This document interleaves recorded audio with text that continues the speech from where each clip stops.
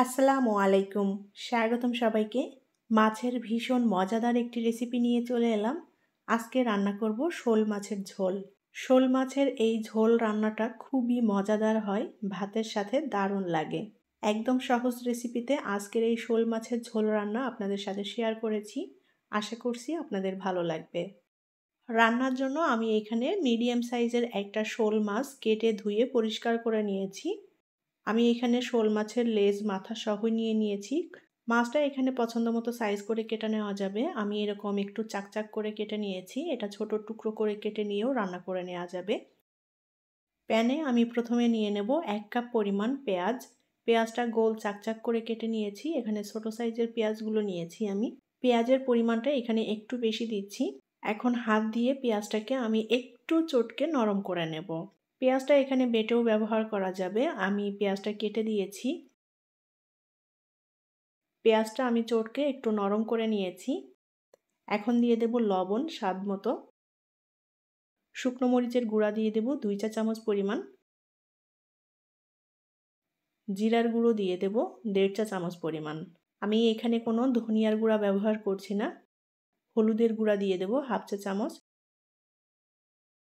রসুন বাটা দিয়ে দেব একটুখানি। আর দিয়ে দেব সরিষার তেল।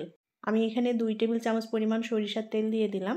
এটা রেগুলার রান্নার তেল দিয়েও রান্না করে নেওয়া যাবে। সরিষার তেল দিলে খেতে বেশি মজার হয়। এই সব মশলাটা এখন একত্রে ভালো করে মেখে নেব। পেঁয়াজের সাথে খুব ভালোভাবে চটকে মেখে নিতে হবে। এতে করে পেঁয়াজটাও সুন্দর মতো নরম হয়ে যাবে। সুন্দর করে আমি মশলাটা মেখে নিয়েছি। এখন এর মধ্যে মাছ দিয়ে দেব। মাছ দিয়ে মশলার সাথে ভালো করে মেখে নেব। হাতে মেখে এই শোল মাছের ঝোল রান্নাটা খুবই মজাদার হয়। অনেকেই আছে কাঁচা মাছ খেতে পারেন না, তারা হালকা ভেজে নিয়ে রান্না করতে পারেন। তবে শোল মাছটা ভাজার থেকে এভাবে কষিয়ে রান্না করলে বেশি মজার হয়। উল্টে পাল্টে সুন্দর করে মশলার সাথে মাছটা মেখে নিয়েছি। এখন মাছে কিছুটা পানি দিয়ে দেব।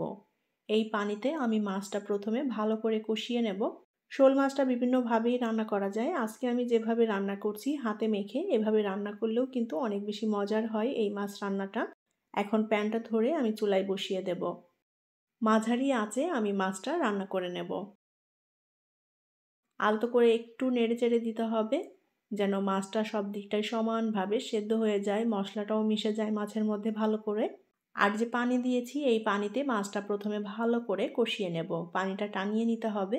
কিছুক্ষণ পর পর মাছটাকে একটু উল্টাপাল্টা করে দিতে হবে মাছের মধ্যে, যাতে মশলাটা সুন্দর করে মিশে যায়।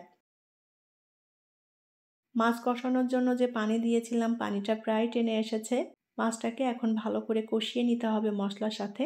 মাছটা মশলার সাথে যত ভালো করে কষানো হবে এই মাছের টেস্টটা ততটাই বাড়বে, খেতেও অনেক বেশি ভালো লাগবে।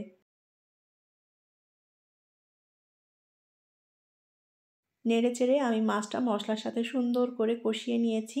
এখন ঝোলের পানি দিয়ে দেব পরিমাণ মতো করে।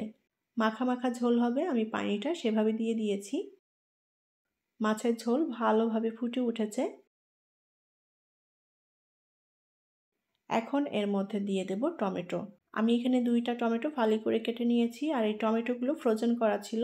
শোল মাছের এই ঝোলে টমেটো দিলে অনেক বেশি টেস্টি হয় আর খেতেও বেশ ভালো লাগে। টমেটো বাদ দিয়েও রান্না করে নেওয়া যাবে।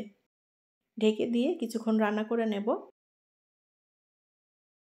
5-6 মিনিট ঢেকে দিয়ে রান্না করে নিয়েছি। টমেটোটাও ভালো মতো সেদ্ধ হয়ে গিয়েছে। টমেটো আমি একদম গলিয়ে ফেলছি না, একটু গোটা গোটা থাকবে।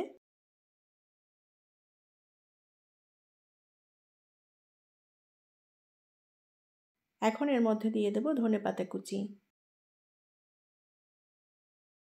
আলতো করে নেড়েচেড়ে মিলিয়ে নেব। হাতে মেখে শোল মাছের ঝোল রান্না করা হয়ে গিয়েছে। ঝোলটাও আমি এরকম রাখবো, এর থেকে আর খুব বেশি টানাবো না। মাছের ঝোল রান্না কমপ্লিট। এখন নামিয়ে নিয়ে পরিবেশন করব। তৈরি হয়ে গেল দারুণ সুস্বাদু শোল মাছের ঝোল। সাদা ভাতের সাথে এই মাছের ঝোলটা হলে আর কিছুই লাগবে না, এটা দিয়েই ভাত খাওয়া হয়ে যাবে। আশা করি আজকের শোল মাছের রেসিপি আপনাদের কাছে ভালো লেগেছে।